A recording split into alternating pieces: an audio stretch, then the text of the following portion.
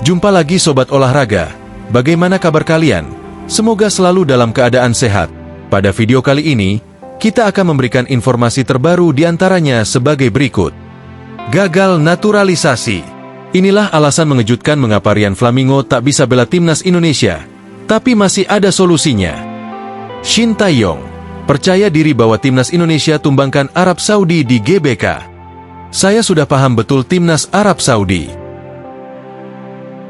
Tapi sebelum lanjut, bantu support channel ini dengan cara subscribe agar saya tambah semangat bikin kontennya. Terima kasih. Gagal naturalisasi. Inilah alasan mengejutkan mengapa Ryan Flamingo tak bisa bela timnas Indonesia, tapi masih ada solusinya. Rumor tentang Ryan Flamingo, pemain muda PSV Eindhoven, yang diisukan akan memperkuat timnas Indonesia semakin banyak diperbincangkan publik. Banyak yang berharap agar Ryan bisa menambah kekuatan tim Garuda dalam upaya meraih prestasi di kancah internasional. Namun, impian ini terancam kandas karena satu masalah besar, aturan ketat FIFA terkait jalur keturunan pemain naturalisasi. Kabar ini pertama kali muncul melalui media sepak bola asal Belanda, Voetbal Premier, di mana Denny van Laar selaku pemimpin redaksi membahas kemungkinan ini dalam podcast Donne Deal The Podcast bersama pemain asal Belanda, Milan Manhoef.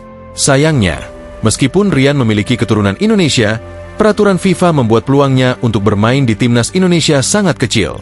Ryan Flamingo memang memiliki darah Indonesia dari buyutnya. Meskipun ini menunjukkan bahwa dia memiliki ikatan sejarah dengan Indonesia, aturan FIFA untuk perpindahan kewarganegaraan melalui jalur keturunan cukup ketat. FIFA mensyaratkan bahwa seorang pemain harus memiliki garis keturunan langsung sampai ke kakek atau nenek yang memiliki kewarganegaraan negara yang ingin mereka wakili. Dalam kasus Ryan Flamingo, garis keturunannya dengan Indonesia berasal dari buyutnya, sehingga tidak memenuhi syarat dasar FIFA. Meskipun Ryan menunjukkan minat besar untuk membela timnas Indonesia, garis keturunan ini dianggap terlalu jauh dan tidak memenuhi kriteria FIFA. FIFA menerapkan ketentuan ini untuk memastikan bahwa pemain yang beralih federasi memiliki ikatan keluarga dan budaya yang cukup kuat dengan negara yang diwakili. Bukan hanya masalah keturunan yang menjadi kendala utama, tetapi juga fakta bahwa Ryan Flamingo pernah memperkuat timnas Belanda U21 dalam turnamen resmi, yakni Euro U21. Aturan FIFA mengharuskan pemain yang sudah mewakili suatu negara di kompetisi internasional resmi untuk memiliki hubungan keturunan yang cukup dekat dengan negara baru yang ingin dibelanya. Dengan pernah bermain untuk Belanda U21, peluang Ryan untuk berpindah ke timnas Indonesia semakin sulit.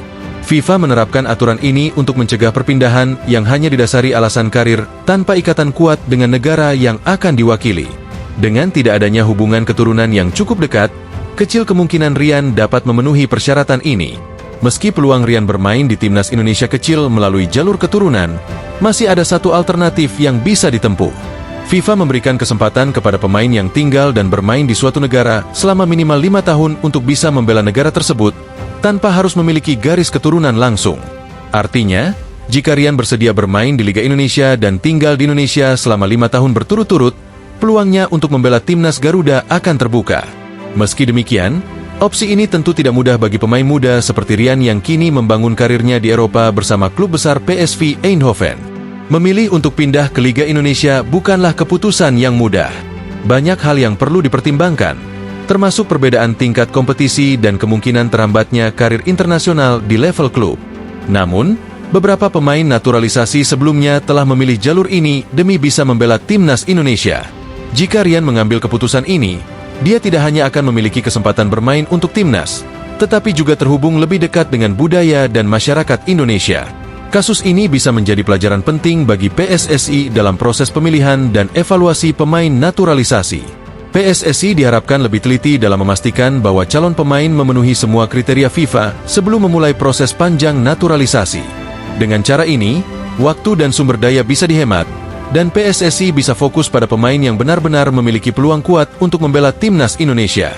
Kedepan, PSSI juga bisa lebih selektif dalam memilih pemain keturunan Indonesia yang ingin dinaturalisasi, memastikan bahwa mereka memenuhi syarat FIFA dan memiliki potensi kontribusi yang besar bagi tim Garuda. Gagalnya proses naturalisasi Ryan Flamingo menunjukkan betapa kompleksnya proses perpindahan kewarganegaraan di dunia olahraga.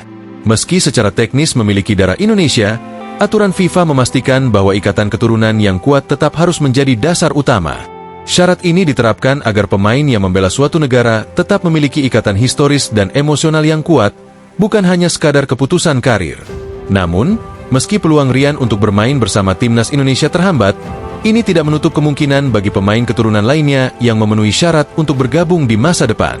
PSSI bisa memanfaatkan jalur 5 tahun bagi pemain yang berkomitmen tinggal dan bermain di Indonesia sebagai alternatif. Meskipun jalur ini memerlukan komitmen dan pengorbanan yang tidak mudah bagi pemain-pemain muda yang sedang berkembang di Eropa.